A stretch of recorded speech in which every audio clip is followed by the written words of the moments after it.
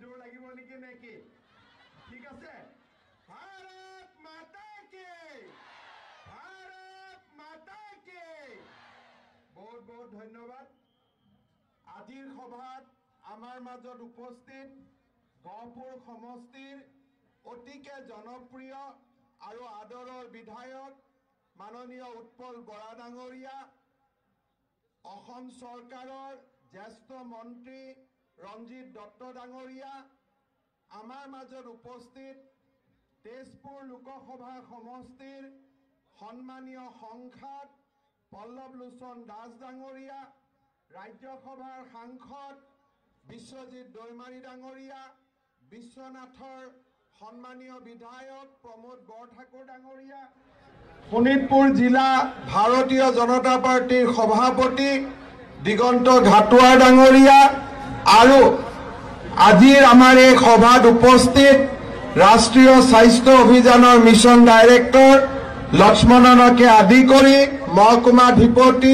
চৰকাৰী বিষয়াসকল আইমাতৃসকল যুৱক যুৱতী বন্ধু বান্ধৱীসকল আৰু মোৰ সেৱাৰ থলী ৰাইজ আজি ৰাতিপুৱা 10 বজাত মই গহপুৰ আহিছিলোঁ কল্যাণী থানত আশীৰ্বাদ লোৱাৰ পিছত দৈমালু আমি তালৈকে গৈছিলোঁ তাৰ পৰা 14 কিলোমিটাৰ চাইকেল চলাই কলাবাৰীলৈকে আহিছিলোঁ আৰু কলাবাৰীৰ পৰা ডেকা ল'ৰাসকলৰ লগত মটৰ চাইকেলেৰে এই আপোনালোকৰ এই পুণ্য স্থানলৈ আহি পালো অৰ্থাৎ গোটেই দিনটো গহপুৰৰ ৰাইজৰ আশীৰ্বাদ লোৱাৰ সৌভাগ্য হ'ল কনকলতা মুকুন্দ কাকতিৰ এই পবিত্ৰ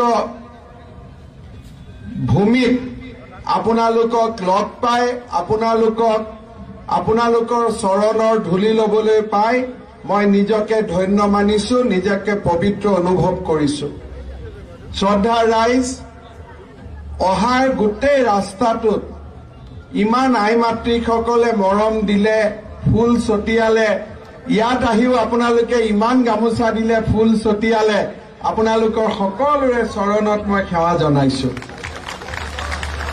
আজি গহপুৰৰ ৰাইজৰ বাবে এটা অতি আনন্দৰ দিন গহপুৰৰ উন্নয়নৰ বাবে উৎপল বৰা ডাঙৰীয়া বিধায়ক হোৱাৰ পৰা অহৰ্নিশে প্ৰচেষ্টা চলাই আহিছিলে তেখেতে মোক বিধায়ক হোৱাৰ পিছত প্ৰথম অনুৰোধ কৰিছিলে যে গহপুৰৰ 30 বেডেড হস্পিটালখন 100খন বিছনাযুক্ত মহকুমা চিকিৎসালয়লৈ ৰূপান্তৰ হ'ব লাগে যোৱা বছৰ আমি তাৰ কাম আৰম্ভ কৰিছিলোঁ আৰু বহাগ বিহুৰ আগতে এই 100খন বিছনাযুক্ত চিকিৎসালয় আমি সম্পূৰ্ণ কৰিম আৰু গহপুৰত মহকুমা চিকিৎসালয় আৰম্ভ হ'ব সেই প্ৰতিশ্ৰুতি মই আপোনালোকৰ ওচৰত পুনৰ দোহাৰিছো উৎপল বৰা ডাঙৰীয়াই তাৰ পিছত মোক কৈছিলে যে গহপুৰত পবিত্ৰ কৰি ৰখা কল্যাণী থানৰ সৰ্বাংগীন উন্নয়নৰ বাবে আজি আপোনালোকে দেখিছে যে কল্যাণী থানৰ উন্নয়নৰ বাবে ৰাজ্য চৰকাৰ আৰু শুভাকাংক্ষীসকলৰ প্ৰচেষ্টাত বহুখিনি কাম আগবাঢ়িছে গহপুৰৰ ৰাস্তা ঘাট এই সকলোৱে এক নতুন ৰূপ পাইছে বিশেষকৈ গহপুৰৰ ৰাইজে অত্যন্ত গৌৰৱান্বিত অনুভৱ কৰিব যে গহপুৰৰ পৰা হলঙিলৈকে আপোনালোকে জানে যে হলঙিত অৰুণাচলৰ এয়াৰপোৰ্ট নিৰ্মাণ হৈ আছে গহপুৰৰ পৰা হলঙিলৈকে ডাইৰেক্টলি যাবৰ কাৰণে আমি 250 কোটি টকাৰ অনুমোদন কৰিছো এটা 4 লেনযুক্ত ৰাস্তা বনাবৰ বাবে অসম মালাৰ অধীনত এই ৰাস্তা হৈ যোৱাৰ লগে লগে 2023 চনত হলঙি বিমানবন্দৰ হ'ব গহপুৰ বিশ্বনাথক এই বিমানবন্দৰৰ পৰা মাত্ৰ ৰিং এটিৰ বাদ হ'ব অকণমান মাত্ৰ দূৰ হ'ব আৰু ৰাইজে গহপুৰৰ ৰাইজে কাৰ্যত এখন বিমানবন্দৰৰ সুবিধা লাভ কৰিব ইয়াৰ পিছত উৎপল বৰা ডাঙৰীয়া আৰু পল্লৱ লোচন দাস ডাঙৰীয়াই মোক অনুৰোধ কৰিছিলে যে গহপুৰত এখন শৈক্ষিক প্ৰতিষ্ঠান হ'ব লাগে, শৈক্ষিক অনুষ্ঠান হ'ব লাগে। মই আশা কৰোঁ যে আজি আমি সৰুকৈ এটা সপোনৰ আৰম্ভণি কৰিছোঁ। সেই সপোনটো হৈছে যে গহপুৰত আজি এখন নাৰ্ছিং স্কুল আৰু পেৰামেডিকেল কলেজ, এই দুইটা অনুষ্ঠান আজি আমি ইয়াতে আৰম্ভ কৰিম। ৰাজ্য চৰকাৰে 12 কোটি টকাৰ অনুমোদন দিছে। এই অনুষ্ঠান আমি 2 বছৰৰ ভিতৰত নিৰ্মাণ কৰিম।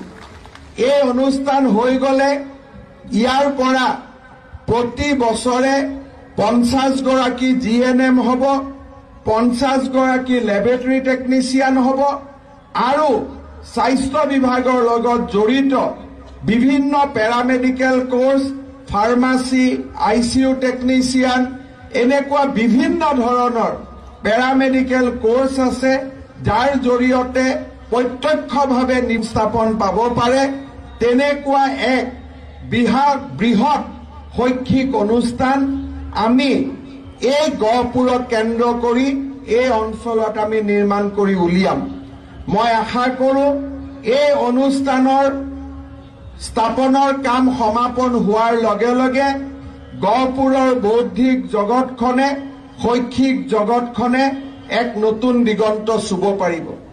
শ্ৰদ্ধাৰ ৰাইজ, আপোনালোকে দেখিছে যে কেৱল মাত্ৰ স্বাস্থ্যৰ ক্ষেত্ৰতে নহয়, আজি ৰাজ্য চৰকাৰৰ নেতৃত্বত প্ৰধানমন্ত্ৰী মোদী ডাঙৰীয়াৰ আশীৰ্বাদত আমি এটাকৈ ৰাইজৰ সমস্যাসমূহ আমি সমাধান কৰাৰ দিশত আগবাঢ়িছোঁ।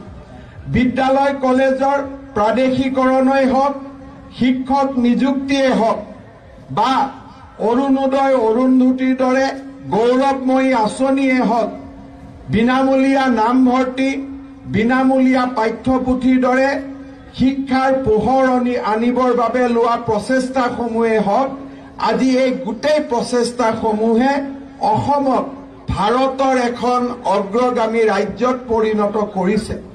আপোনালোকে দেখিছে যোৱা 6 মাহ, বিশেষকৈ যোৱা মাৰ্চৰ পৰা আমাৰ ৰাষ্ট্ৰখন, বিশ্বখন যেতিয়া কোভিড মহামাৰীত আক্ৰান্ত হৈছিল, সেই সময়ত ভাৰতৰ বিভিন্ন ৰাজ্যই চৰকাৰী কৰ্মচাৰীসকলক দৰমহাটো পৰ্যন্ত দিব নোৱাৰা অৱস্থাত পৰিছিলেগৈ। চাৰিওফালে ৰোগীসকলৰ আৰ্তনাদে সমগ্ৰ দেশৰ কেইবাখনো আগশাৰীৰ ৰাজ্যৰ স্বাস্থ্যৰ আন্তঃগাঁথনিৰ ফোপোলা স্বৰূপ ৰাইজৰ সন্মুখত আহি থিয় হৈছিলহি। কিন্তু অসমে অকল মাত্ৰ কোভিড মহামাৰীক সক্ৰিয়ভাৱে প্ৰত্যাহ্বান জনোৱাই নহয়, আমি এই সময়ছোৱাত ৰাজ্য চৰকাৰৰ কৰ্মচাৰীসকলৰ দৰমহা আৰু উন্নয়নমূলক কামৰ বিৰামহীন প্ৰক্ৰিয়াৰে আজি অসমত ভাৰতবৰ্ষৰ অগ্ৰণী ৰাজ্যসমূহৰ পৰ্যায়লৈকে আমি লৈ যাবলৈ সক্ষম হৈছোঁ। আজি আপোনালোকে অনুভৱ কৰিছে যে আমাৰ চৰকাৰৰ কাৰ্যকালতে কোভিড মহামাৰীৰ লগত সক্ৰিয়ভাৱে মোকাবিলা আৰু উন্নয়নৰ যি প্ৰক্ৰিয়া, এই দুইটা প্ৰক্ৰিয়াকে আমি অবিৰাম গতিত চলাই লৈ যাবলৈ সক্ষম হৈছোঁ। প্ৰায় অসমৰ 8,000 নামঘৰলৈ 2.5 লাখ টকা, কোভিড মহামাৰীৰ সময়ত APL BPL বাদ দি 7 লাখ ল'ৰা ছোৱালীক বিনামূলীয়া কলেজত নামভৰ্তিৰ আমি ব্যৱস্থা কৰি দিবলৈ সক্ষম হৈছিলোঁ। অহা কিছুদিনৰ ভিতৰত আমি অৰুণোদয় নামেৰে এক মহতো মহীয়ান অসমৰ স্বাধীনোত্তৰ অসমৰ সৰ্ববৃহৎ আঁচনি এখন আৰম্ভ কৰিবলৈ গৈ আছোঁ। এই অৰুণোদয় আঁচনিৰ জৰিয়তে যাৰ ঘৰত বিধৱা মহিলা আছে, যাৰ ঘৰত দিব্যাংগ ল'ৰা ছোৱালী আছে, যাৰ ঘৰত বিয়া নোহোৱা অবিবাহিতা ছোৱালী আছে বা স্বামীৰ ঘৰৰ পৰা বিভিন্ন কাৰণত পিতৃগৃহলৈ উভতি অহা মহিলা আছে, তেনে পৰিয়ালবিলাকক আমি মাহিলী 830 টকাকৈ বেংকৰ একাউণ্টত প্ৰতি মাহে জমা দিবলৈ সিদ্ধান্ত লৈছো। এই আঁচনিৰ জৰিয়তে গহপুৰ সমষ্টিৰ 16,000 পৰিয়ালে মাহত 830 টকাকৈ বেংকত একাউণ্টত চৰকাৰৰ পৰা লাভ কৰিব। আমাৰ ৰাজ্যখনৰ 20 লাখ পৰিয়ালে প্ৰতি মাহত বেংকৰ একাউণ্টত এই পুঁজি পাবলৈ সক্ষম হ'ব। আজি আমাৰ ৰাজ্য চৰকাৰে স্বয়ং নামেৰে এখন আঁচনি হাতত লৈছে, যাৰ জৰিয়তে 4 লাখ ল'ৰা ছোৱালী আমি আত্মসংস্থাপনৰ বাবে তেওঁলোকক বেংকৰ লগত কোনো ধৰণৰ সম্পৰ্ক নথকাকৈ চৰকাৰৰ পৰা পোনে পোনে ৰাজ সাহায্যৰে তেওঁলোকক উদ্যোগী কৰি গঢ়ি তুলিবলৈ আমি চেষ্টা কৰিছো। কনকলতা মহিলা সবলীকৰণ যোজনাৰ এক নতুন অধ্যায় আমি অহা মাহত আৰম্ভ কৰিম।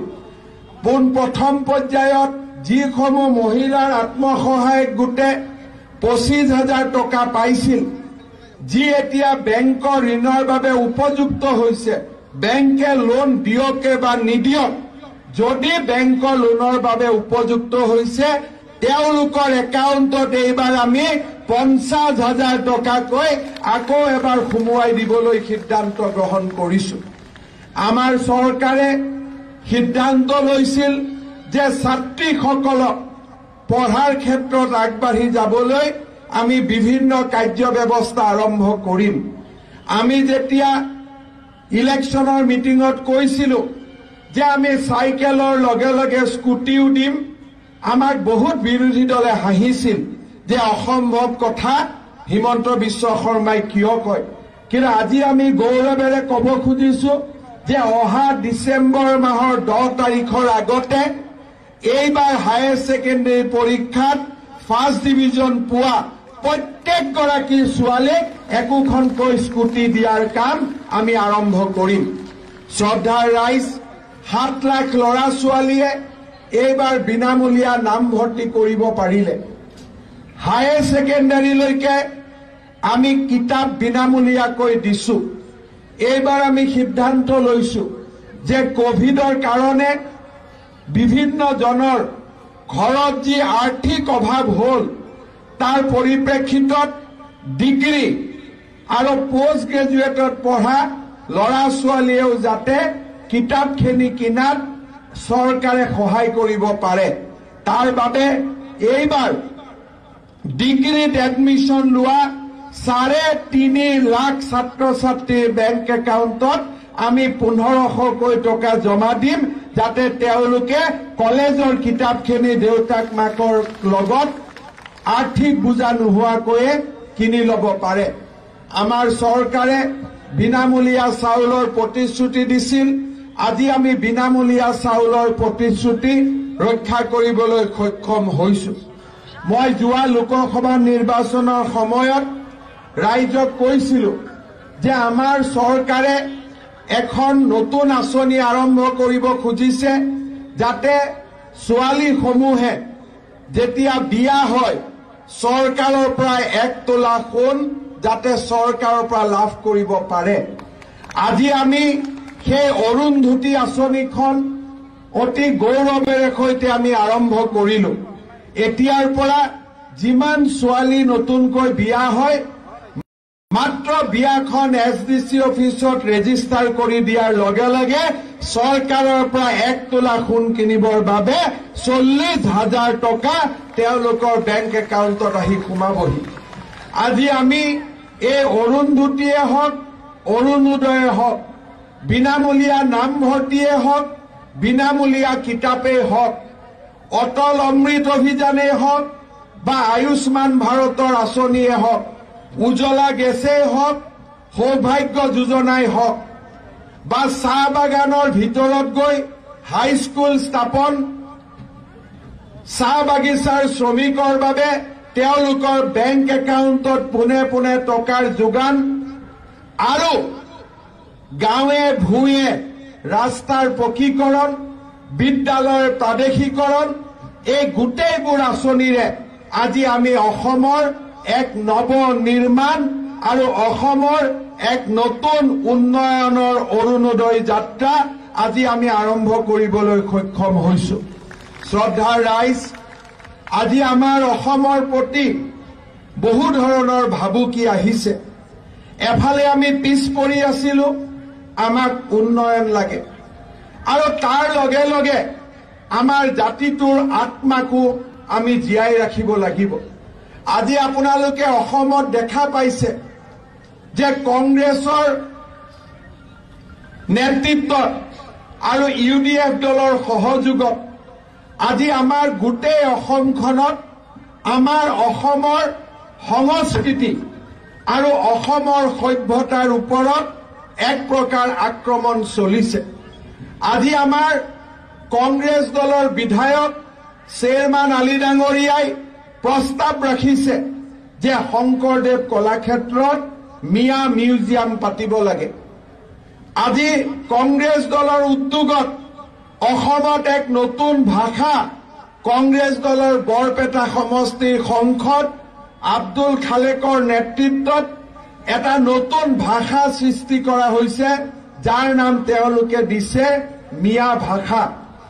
তেওঁলোকৰ কিছুমান ব্যক্তিয়ে অসমীয়া ভাষাটোকে তোল মটোল কৰি তেওঁলোকে এটা নতুন কবিতাৰ জন্ম দিছে, যাৰ নাম হৈছে মিয়া কবিতা।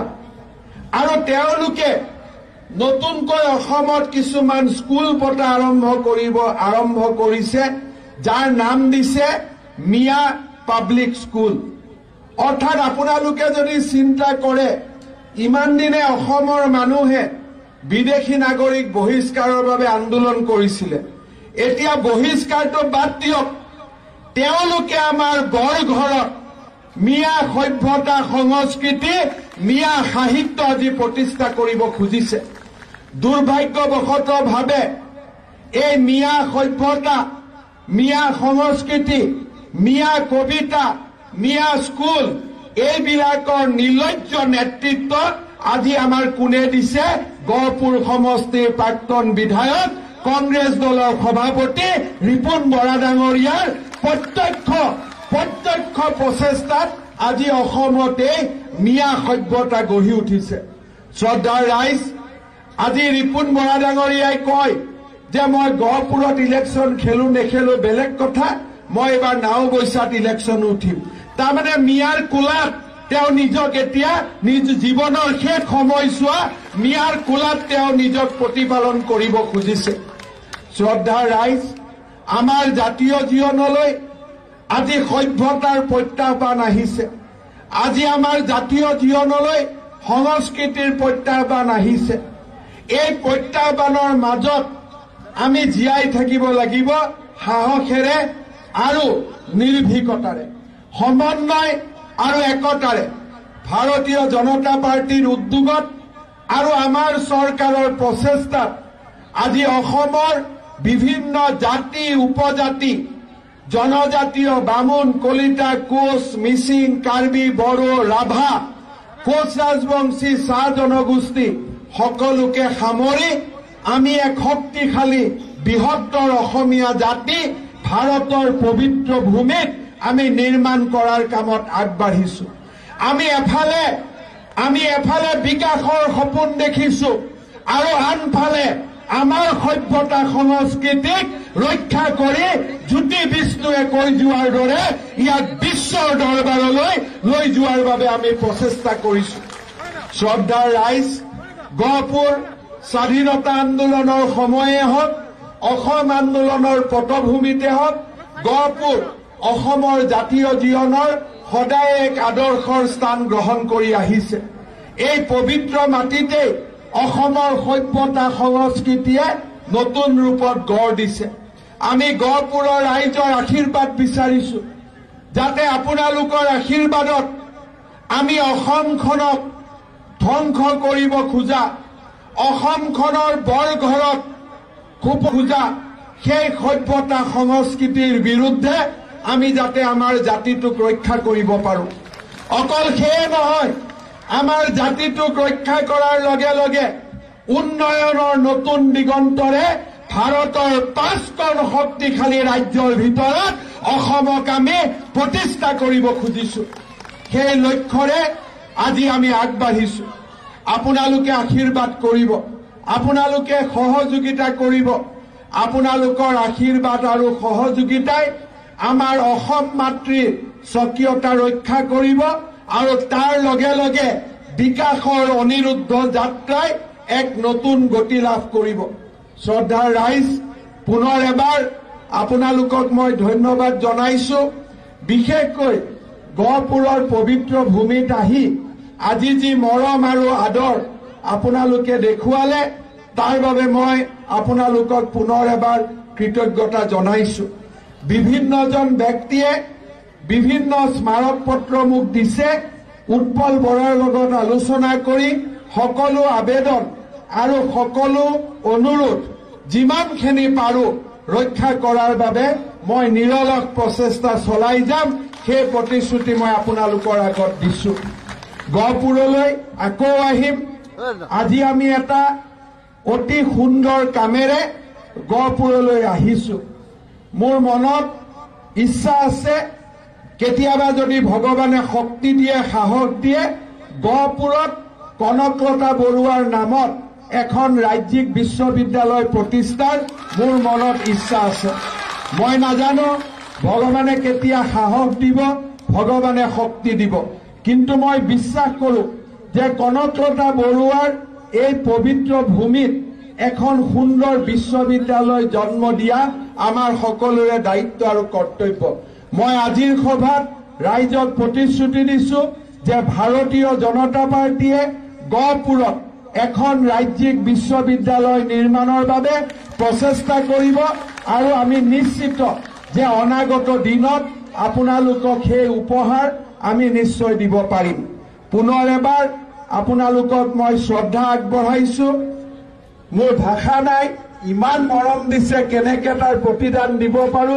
খালি আপোনালোকে আশীৰ্বাদ কৰিব যাতে আপোনালোকৰ মৰমত সদায়ে এই ধৰণে আপোনালোকৰ মৰমৰ মাজত থাকিব পাৰো।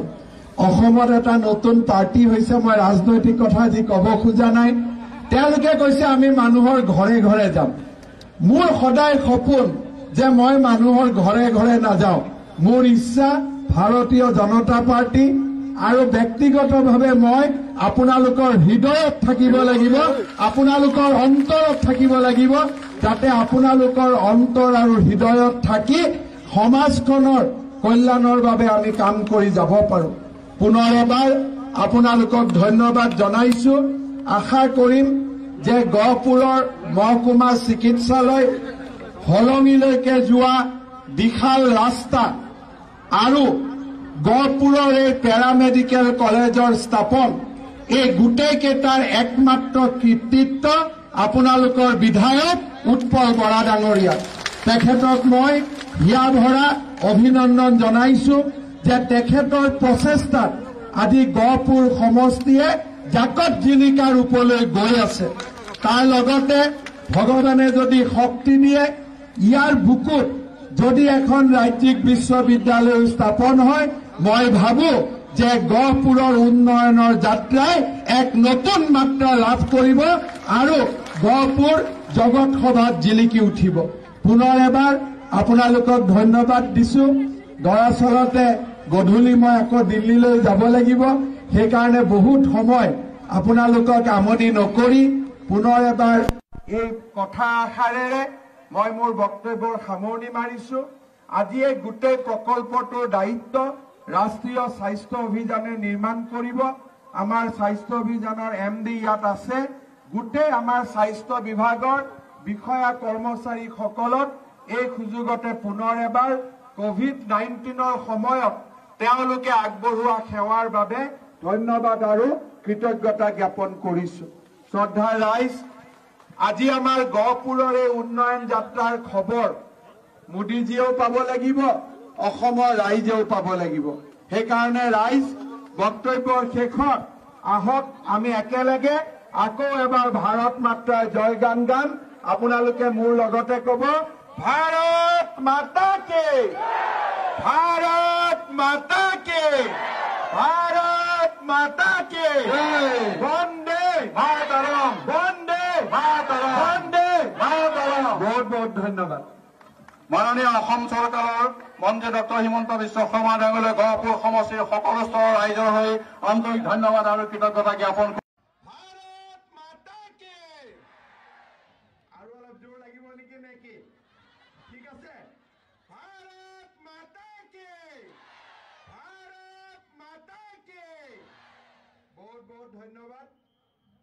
আজিৰ সভাত আমাৰ মাজত উপস্থিত গহপুৰ সমষ্টিৰ অতিকে জনপ্ৰিয় আৰু আদৰৰ বিধায়ক মাননীয় উৎপল বৰা ডাঙৰীয়া, অসম চৰকাৰৰ জ্যেষ্ঠ মন্ত্ৰী ৰঞ্জিত দত্ত ডাঙৰীয়া, আমাৰ মাজত উপস্থিত তেজপুৰ লোকসভা সমষ্টিৰ সন্মানীয় সংসদ পল্লৱ লোচন দাস ডাঙৰীয়া, ৰাজ্যসভাৰ সাংসদ বিশ্বজিৎ দৈমাৰী ডাঙৰীয়া, বিশ্বনাথৰ সন্মানীয় বিধায়ক প্ৰমোদ বৰঠাকুৰ ডাঙৰীয়া, শোণিতপুৰ জিলা ভাৰতীয় জনতা পাৰ্টিৰ সভাপতি দিগন্ত ঘাটোৱাৰ ডাঙৰীয়া আৰু আজিৰ আমাৰ এই সভাত উপস্থিত ৰাষ্ট্ৰীয় স্বাস্থ্য অভিযানৰ মিছন ডাইৰেক্টৰ লক্ষ্মণনকে আদি কৰি মহকুমাধিপতি, চৰকাৰী বিষয়াসকল, আই মাতৃসকল, যুৱক যুৱতী বন্ধু বান্ধৱীসকল আৰু মোৰ সেৱাৰ থলী ৰাইজ, আজি ৰাতিপুৱা 10 বজাত মই গহপুৰ আহিছিলো। কল্যাণী থানত আশীৰ্বাদ লোৱাৰ পিছত দৈমালু আমি তালৈকে গৈছিলো। তাৰ পৰা 14 কিলোমিটাৰ চাইকেল চলাই কলাবাৰীলৈকে আহিছিলো আৰু কলাবাৰীৰ পৰা ডেকা ল'ৰাসকলৰ লগত মটৰ চাইকেলেৰে এই আপোনালোকৰ এই পুণ্য স্থানলৈ আহি পালো। অৰ্থাৎ গোটেই দিনটো গহপুৰৰ ৰাইজৰ আশীৰ্বাদ লোৱাৰ সৌভাগ্য হ'ল। কনকলতা মুকুন্দ কাকতিৰ এই পবিত্ৰ ভূমিত আপোনালোকক লগ পাই, আপোনালোকৰ চৰণৰ ধূলি ল'বলৈ পাই মই নিজকে ধন্য মানিছো, নিজকে পবিত্ৰ অনুভৱ কৰিছো। শ্ৰদ্ধাৰ ৰাইজ, অহাৰ গোটেই ৰাস্তাটোত ইমান আই মাতৃসকলে মৰম দিলে, ফুল ছটিয়ালে, ইয়াত আহিও আপোনালোকে ইমান গামোচা দিলে, ফুল ছটিয়ালে, আপোনালোকৰ সকলোৰে চৰণত মই সেৱা জনাইছো। আজি গহপুৰৰ ৰাইজৰ বাবে এটা অতি আনন্দৰ দিন। গহপুৰৰ উন্নয়নৰ বাবে উৎপল বৰা ডাঙৰীয়া বিধায়ক হোৱাৰ পৰা অহৰ্নিশে প্ৰচেষ্টা চলাই আহিছিলে। তেখেতে মোক বিধায়ক হোৱাৰ পিছত প্ৰথম অনুৰোধ কৰিছিলে যে গহপুৰৰ 30 বেডেড হস্পিটেলখন 100খন বিচনাযুক্ত মহকুমা চিকিৎসালয়লৈ ৰূপান্তৰ হ'ব লাগে। যোৱা বছৰ আমি তাৰ কাম আৰম্ভ কৰিছিলো আৰু বহাগ বিহুৰ আগতেই এই 100খন বিচনাযুক্ত চিকিৎসালয় আমি সম্পূৰ্ণ কৰিম আৰু গহপুৰত মহকুমা চিকিৎসালয় আৰম্ভ হ'ব। সেই প্ৰতিশ্ৰুতি মই আপোনালোকৰ ওচৰত পুনৰ দোহাৰিছো। উৎপল বৰা ডাঙৰীয়াই তাৰ পিছত মোক কৈছিলে যে গহপুৰত পবিত্ৰ কৰি ৰখা কল্যাণী থানৰ সৰ্বাংগীন উন্নয়নৰ বাবে আজি আপোনালোকে দেখিছে যে কল্যাণী থানৰ উন্নয়নৰ বাবে ৰাজ্য চৰকাৰ আৰু শুভাকাংক্ষীসকলৰ প্ৰচেষ্টাত বহুখিনি কাম আগবাঢ়িছে। গহপুৰৰ ৰাস্তা ঘাট এই সকলোৱে এক নতুন ৰূপ পাইছে। বিশেষকৈ গহপুৰৰ ৰাইজে অত্যন্ত গৌৰৱান্বিত অনুভৱ কৰিব যে গহপুৰৰ পৰা হলঙিলৈকে, আপোনালোকে জানে যে হলঙিত অৰুণাচলৰ এয়াৰপোৰ্ট নিৰ্মাণ হৈ আছে। গহপুৰৰ পৰা হলঙিলৈকে ডাইৰেক্টলি যাবৰ কাৰণে আমি 250 কোটি টকাৰ অনুমোদন কৰিছো এটা 4 লেনযুক্ত ৰাস্তা বনাবৰ বাবে অসম মালাৰ অধীনত। এই ৰাস্তা হৈ যোৱাৰ লগে লগে 2023 চনত হলঙি বিমানবন্দৰ হ'ব। গহপুৰ বিশ্বনাথক এই বিমানবন্দৰৰ পৰা মাত্ৰ ৰিং এটিৰ বাদ হ'ব, অকণমান মাত্ৰ দূৰ হ'ব আৰু ৰাইজে গহপুৰৰ ৰাইজে কাৰ্যত এখন বিমানবন্দৰৰ সুবিধা লাভ কৰিব।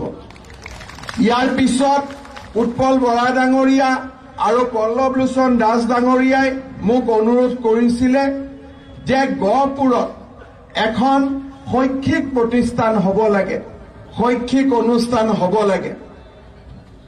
মই আশা কৰোঁ যে আজি আমি সৰুকৈ এটা সপোনৰ আৰম্ভণি কৰিছোঁ। সেই সপোনটো হৈছে যে গহপুৰত আজি এখন নাৰ্ছিং স্কুল আৰু পেৰামেডিকেল কলেজ, এই দুইটা অনুষ্ঠান আজি আমি ইয়াতে আৰম্ভ কৰিম। ৰাজ্য চৰকাৰে 12 কোটি টকাৰ অনুমোদন দিছে। এই অনুষ্ঠান আমি 2 বছৰৰ ভিতৰত নিৰ্মাণ কৰিম। এই অনুষ্ঠান হৈ গ'লে ইয়াৰ পৰা প্ৰতি বছৰে 50 গৰাকী GNM হ'ব, 50 গৰাকী লেবৰেটৰী টেকনিচিয়ান হ'ব আৰু স্বাস্থ্য বিভাগৰ লগত জড়িত বিভিন্ন paramedical course, pharmacy, ICU technician, এনেকুৱা বিভিন্ন ধৰণৰ পেৰামেডিকেল কোৰ্চ আছে যাৰ জৰিয়তে প্ৰত্যক্ষভাৱে নিস্থাপন পাব পাৰে। তেনেকুৱা এক বৃহৎ শৈক্ষিক অনুষ্ঠান আমি এই গহপুৰক কেন্দ্ৰ কৰি এই অঞ্চলত আমি নিৰ্মাণ কৰি উলিয়াম। মই আশা কৰোঁ এই অনুষ্ঠানৰ স্থাপনৰ কাম সমাপন হোৱাৰ লগে লগে গহপুৰৰ বৌদ্ধিক জগতখনে, শৈক্ষিক জগতখনে এক নতুন দিগন্ত চুব পাৰিব। শ্ৰদ্ধাৰ ৰাইজ, আপোনালোকে দেখিছে যে কেৱল মাত্ৰ স্বাস্থ্যৰ ক্ষেত্ৰতে নহয়, আজি ৰাজ্য চৰকাৰৰ নেতৃত্বত প্ৰধানমন্ত্ৰী মোদী ডাঙৰীয়াৰ আশীৰ্বাদত আমি এটা এটাকৈ ৰাইজৰ সমস্যাসমূহ আমি সমাধান কৰাৰ দিশত আগবাঢ়িছোঁ। বিদ্যালয় কলেজৰ প্ৰাদেশিকৰণেই হওক, শিক্ষক নিযুক্তিয়েই হওক বা অৰুণোদয় অৰুন্ধতীৰ দৰে গৌৰৱময়ী আঁচনিয়েই হওক, বিনামূলীয়া নামভৰ্তি, বিনামূলীয়া পাঠ্যপুথিৰ দৰে শিক্ষাৰ পোহৰ আনিবৰ বাবে লোৱা প্ৰচেষ্টাসমূহেই হওক, আজি এই গোটেই প্ৰচেষ্টাসমূহে অসমক ভাৰতৰ এখন অগ্ৰগামী ৰাজ্যত পৰিণত কৰিছে। আপোনালোকে দেখিছে যোৱা 6 মাহ, বিশেষকৈ যোৱা মাৰ্চৰ পৰা আমাৰ ৰাষ্ট্ৰখন, বিশ্বখন যেতিয়া কোভিড মহামাৰীত আক্ৰান্ত হৈছিল, সেই সময়ত ভাৰতৰ বিভিন্ন ৰাজ্যই চৰকাৰী কৰ্মচাৰীসকলক দৰমহাটো পৰ্যন্ত দিব নোৱাৰা অৱস্থাত পৰিছিলেগৈ। চাৰিওফালে ৰোগীসকলৰ আৰ্তনাদে সমগ্ৰ দেশৰ কেইবাখনো আগশাৰীৰ ৰাজ্যৰ স্বাস্থ্যৰ আন্তঃগাঁথনিৰ ফোপোলা স্বৰূপ ৰাইজৰ সন্মুখত আহি থিয় হৈছিলহি। কিন্তু অসমে অকল মাত্ৰ কোভিড মহামাৰীক সক্ৰিয়ভাৱে প্ৰত্যাহ্বান জনোৱাই নহয়, আমি এই সময়ছোৱাত ৰাজ্য চৰকাৰৰ কৰ্মচাৰীসকলৰ দৰমহা আৰু উন্নয়নমূলক কামৰ বিৰামহীন প্ৰক্ৰিয়াৰে আজি অসমত ভাৰতবৰ্ষৰ অগ্ৰণী ৰাজ্যসমূহৰ পৰ্যায়লৈকে আমি লৈ যাবলৈ সক্ষম হৈছোঁ। আজি আপোনালোকে অনুভৱ কৰিছে যে আমাৰ চৰকাৰৰ কাৰ্যকালতে কোভিড মহামাৰীৰ লগত সক্ৰিয়ভাৱে মোকাবিলা আৰু উন্নয়নৰ যি প্ৰক্ৰিয়া, এই দুইটা প্ৰক্ৰিয়াকে আমি অবিৰাম গতিত চলাই লৈ যাবলৈ সক্ষম হৈছোঁ।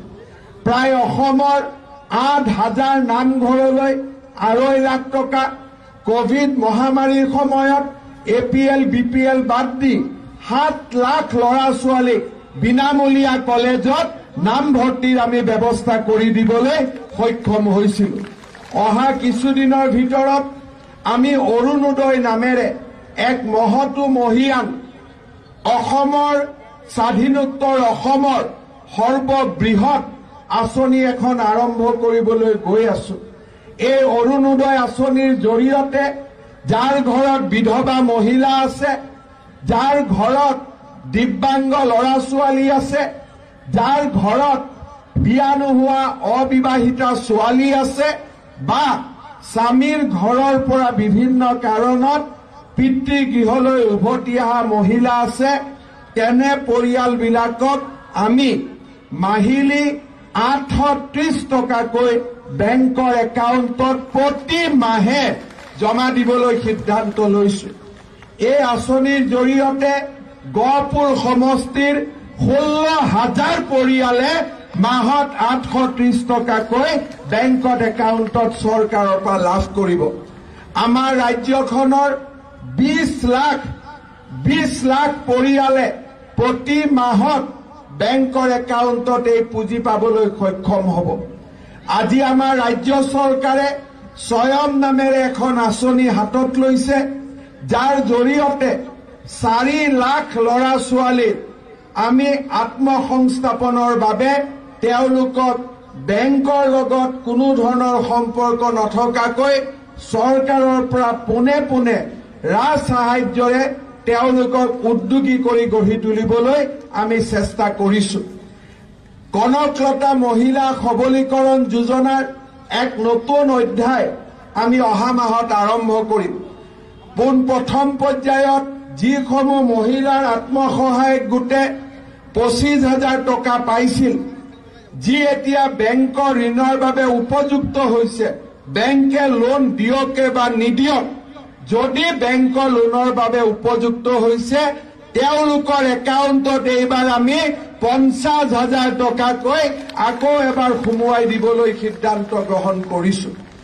আমাৰ চৰকাৰে সিদ্ধান্ত লৈছিল যে ছাত্ৰীসকলক পঢ়াৰ ক্ষেত্ৰত আগবাঢ়ি যাবলৈ আমি বিভিন্ন কাৰ্য ব্যৱস্থা আৰম্ভ কৰিম।